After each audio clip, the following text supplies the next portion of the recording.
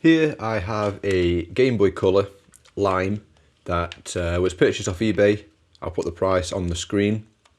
I knew it was quite cheap because it has a defect, and according to the description, the sound doesn't work.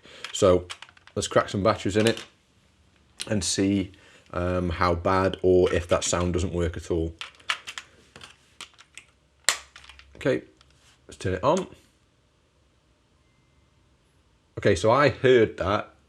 I heard the sound then. It was very, very quiet. The screen looks fine. It boots up fine. And the volume wheel is all the way full. So I'll turn it off and try and get you to hear it again.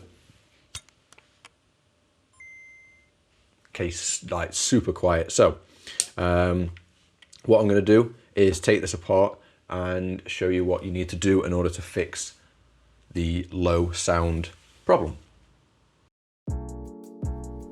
First, start by disassembling the Gameboy Color. There are 6 tri-wing screws that you'll need to remove. 2 of these are behind the battery cover. Once the screws are removed, you'll be able to take apart the shell to reveal the internals. Here we have 3 more screws to remove, however these are regular Phillips screws. So once these have been removed, you'll need to disconnect the ribbon cable for the screen. To do this, push up the plastic tabs either side to unlock the ribbon and then slide the ribbon cable itself out. Here you can see that the speaker in this Game Boy has rust on the small wire that leads into the middle of the speaker. Before we remove the speaker and replace it, it's worthwhile testing some other components that affect sound. So take your multimeter and set it to continuity mode. Touch the points as seen in the video to see if there's continuity. If there is, you'll hear a beep. As I hear a beep, I can conclude that the headphone jack is working fine, as this component, if faulty, can cause the speaker to not work. Another simple test you can do to eliminate any other possible sound issues is to plug in a pair of headphones, switch the Game Boy on. If you hear sound here but not from the speaker after a previous test, then we can conclude that the issue solely lies on the speaker itself. As I have a donor Game Boy Advance board from a previous project, I can go ahead and desolder its speaker to use in this Game Boy Color.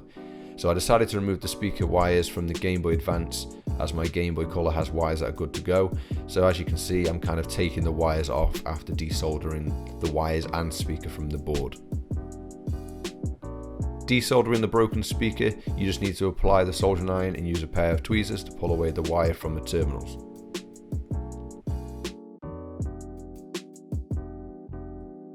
Now, this may not apply to you, but since my replacement speaker is from a Game Boy Advance, it is slightly different in its size, as well as having a plastic nub that sticks out, preventing it from fitting in the Game Boy Color speaker space. So some metal cutters here will get rid of the piece sticking out and allow us to fit it in the speaker nicely. Place the speaker into the shell and then make sure all buttons and the silicone pads are inserted. Put the board back in and secure using 1 or all screws. Here we can solder the wires onto the replacement speaker. Now insert any remaining board screws, then slide the ribbon into the connector at the top of the board and then firmly slide down the 2 tabs to lock the ribbon cable into place.